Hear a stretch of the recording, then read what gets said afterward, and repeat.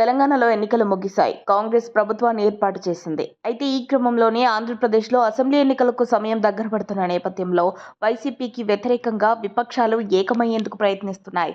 ఇలాంటి తరుణంలో ఏ చిన్న పరిణామం చోటు చేసుకున్నా దాన్ని ఎన్నికల కోణంలోనే చూడాల్సిన పరిస్థితి నెలకొంది. ఈ నేపథ్యంలో గురువారం రోజున బెంగళూరు ఎయిర్పోర్టులో ఓ ఆసక్తికర పరిణామం చోటు చేసుకుంది.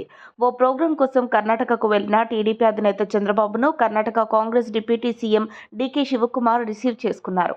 బెంగళూరు హెచ్ఏఎల్ ఎయిర్పోర్టుకు చేరుకున్న టీడీపీ బాస్ చంద్రబాబుకు టీడీపీ నేతల కంటే ముందే కర్ణాటక డిప్యూటీ సీఎం డీకే శివకుమార్ వెళ్లి ఆహ్వానం పలికారు.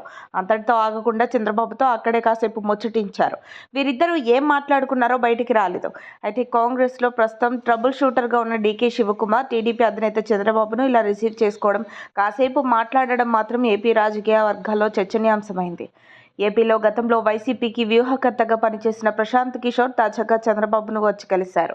ఇప్పుడు బెంగళూరులో Congress party trouble shooter DK Shivakumar స్వయంగా ఆహ్వానం పలికారు. మరోవైపు డీకే శివకుమార్ కు సన్నిహితురాలైన వైఎస్ఆర్టీపీ అధినేత్రి వైఎస్ షర్మిల తాజాగా చంద్రబాబు తనయుడు నారా లోకేష్ కు క్రిస్మస్ గిఫ్ట్లు పంపారు. దీనిపై లోకేష్ ధన్యవాదాలు తెలిపారు. దీంతో ఈ పరిణామాలన్నీ ఎటువైపు దారితీయబోతున్నాయనే చర్చ రాష్ట్ర రాజకీయాల్లో జోరుగా ప్రచారం జరుగుతోంది. ఏపీలో బీజేపీతో పొత్తులో ఉన్న జనసేన ఇప్పుడు టీడీపీకి మద్దతుగా మారిపోయింది. అంతేకాదు వచ్చే ఎన్నికల్లో వీరిద్దరికీ బీజేపీ మద్దతు ఇవ్వాల్సిన పరిస్థితి ఏర్పడింది. ఈ తరుణంలో కాంగ్రెస్ను కలుపుకొని విపక్ష కూటమి తయారు చేసుకునేందుకు చంద్రబాబు ప్రయత్నాలు చేస్తున్నారన్న ప్రచారం జరుగుతోంది.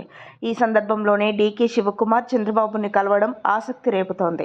ఏపీలో టీడీపీ కానీ కాంగ్రెస్ కానీ అధికారంలోకి రావాలని చంద్రబాబు శిష్యుడు సీఎం రేవంత్ రెడ్డి భావిస్తున్నట్లు వార్తలు పుట్టుకొస్తున్నాయి. మరి రేవంత్ కోరిక నెరవేరుతుందో లేదో చూడాల్సిందే. మరిన్ని అప్డేట్స్ కోసం మా కాయ్ టీవీని సబ్స్క్రైబ్ చేసుకోండి. మా వీడియో కనుక మీకు నచ్చినట్లయితే లైక్ చేయండి, షేర్ చేయండి.